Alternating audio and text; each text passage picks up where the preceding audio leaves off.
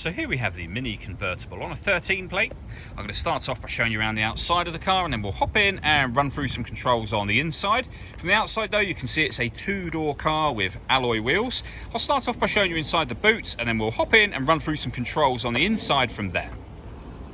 As we approach the back of the car, you can see that given the fact that it's a convertible, we have plenty of boot space along with that 50-50 split folding rear seat, and the roof folding down doesn't encroach upon the boot at all.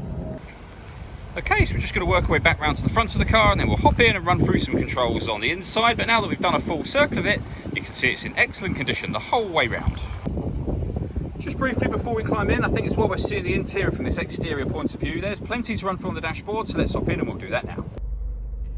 Okay, now that we're inside the car, we're going to start with the dials. We have the rev counter, the digital readout for the speedometer in the middle, and the total miles for the car, which are 51,759. To the right hand side of that, it will show you what gear this car is in. It's an automatic, and we're in park at the moment. Over in the centre, you then have the main speedometer for the car, as well as the fuel gauge. This is where you'll access your radio. It's also where you can pair your phone, as you can see. If I was to hit this button just here, below where it says BT for Bluetooth, would be pairing the phone up. We can also access various different menus for configuring things like the time, date, etc. You can even access Mini's customer service phone number directly from this screen as well. And change your balance, treble, fader, etc. all on here. The main volume for the stereo is just there. Working our way down, we have the CD player. We then have the air conditioning, so you can adjust the fan speed, the temperature. That button will turn your air conditioning on, and it's on when that green light shows. It'll also turn it off again, of course.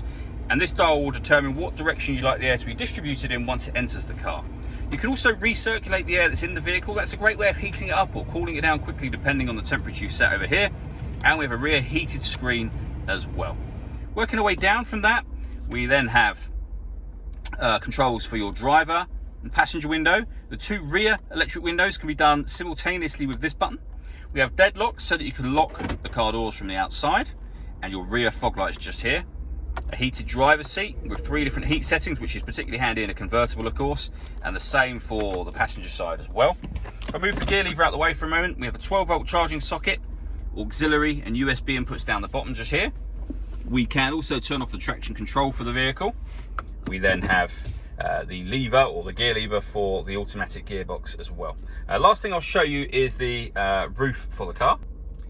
So firstly, the controls for the roof are just up here. So if you pull that button back, the roof will open. If you push it forwards, the roof will close. So I'll show you that opening now. So if you pull the button back, keep your finger on the button, the roof will open to such a point where it stops just here. So it gives you a kind of a sunroof section. So do the button again, all of the windows will go down, as you can see. The roof will then fold back, and once the roof is folded all the way back, the windows will all automatically come up simultaneously. You can then do them down again should you wish to. All that leaves me to say is thank you for taking the time to watch this video. If you'd like to come and see the car in person and have a test drive, please feel free to give us a call here at Glenbourne's. We'd love to hear from you soon.